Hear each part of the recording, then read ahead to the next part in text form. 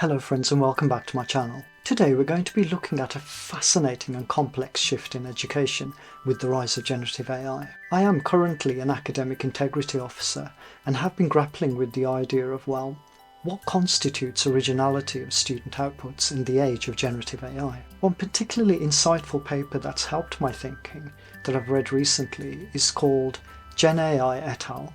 Cocreation, Authorship, Ownership, Academic Ethics and Integrity in a Time of Generative AI. And what it does is it uses the lens of organic versus synthetic paradox to consider issues of originality. It really made me think, in an age where machines can produce seemingly human-like content, what truly constitutes original, human-driven work? Well, let's explore this paper in more detail. And what it suggests are the implications for how we understand originality in student work in the age of generative artificial intelligence. Well, what is student originality? From reading this paper, at its core, it argues that originality in student work is understood as a creative process that reflects the student's own intellectual input and creative expression. It argues that it's tied to the student's own effort and thought processes, as opposed to content generated solely by generative AI. The paper suggests that true originality demonstrates a student's capacity for independent thought and analysis. This is a really important concept to take on board before we go any further. This thought-provoking article highlights the tension between what is organic, created by humans, and what is synthetic, produced by generative AI.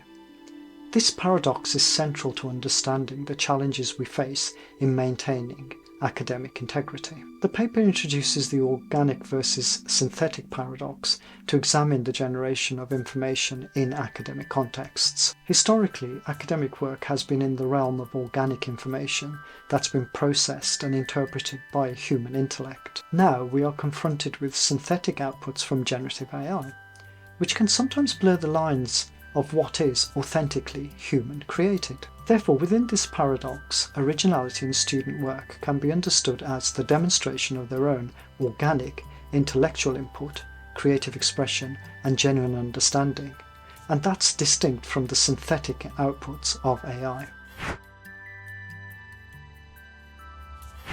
Because generative AI is really good in using human language and generating outputs from prompts, this makes this organic versus synthetic distinction critical when considering originality. As academics, it challenges us to discern whether a student's submission truly reflects their own cognitive processes or is largely a product of synthetic generation. To encourage organic learning, you can design tasks that require students to demonstrate their individual organic thought processes. This should involve asking them to solve problems step by step in class, explain their reasoning verbally, or engage in peer review where they critique each other's initial, less polished ideas before generative AI assistance might be considered. The lesson is to focus on the development of ideas as much as the final output.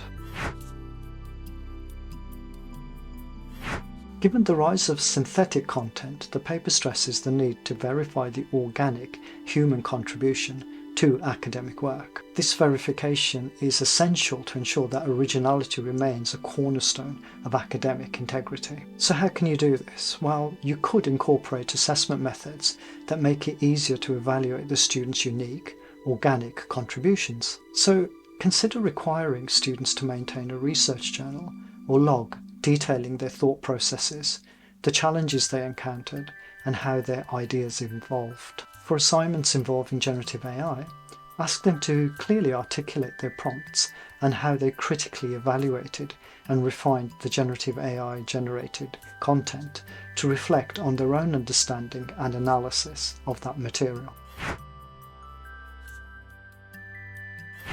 The paper suggests that traditional assessments might be too easily influenced by the fluency of synthetic outputs, potentially masking a lack of organic understanding. So we need to look beyond polished AI-generated prose to assess genuine student learning and original thought. To do this, we need to move towards assessments that emphasize application and critical thinking, which are inherently more organic human capabilities. And we could do this by using case studies, creating problem-based learning scenarios, and presentations where students need to demonstrate their understanding in real time and respond to questions, thereby revealing their own organic grasp of the subject matter. I felt that the paper is clear that even when synthetic tools are used, the ultimate responsibility for the content lies with the human author, maintaining the primacy of the organic human element in their academic work. This is important because students must be able to understand, validate, and take ownership of any generative AI assisted content. So if you permit the use of generative AI tools, make sure you implement clear guidelines on how it can be used ethically and transparently. To do this, encourage students to think of generative AI as a tool to build on their organic abilities and not replace them. This means that you must require clear disclosure of generative AI use, perhaps using a framework like the Tarsem introduced in the paper, and emphasize that students will be assessed on their ability to critically engage with and integrate any synthetic content into their own organic understanding.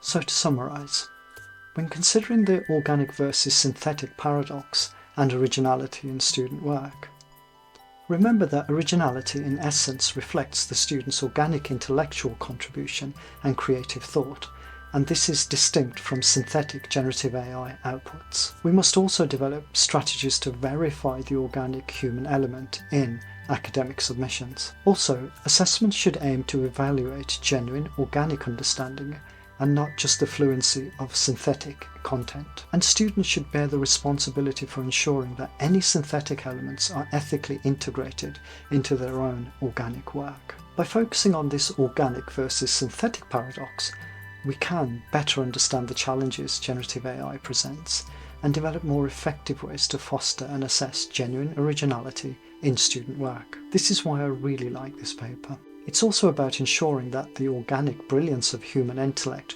remains at the heart of any academic endeavour. So what are your thoughts? How are you adapting your teaching?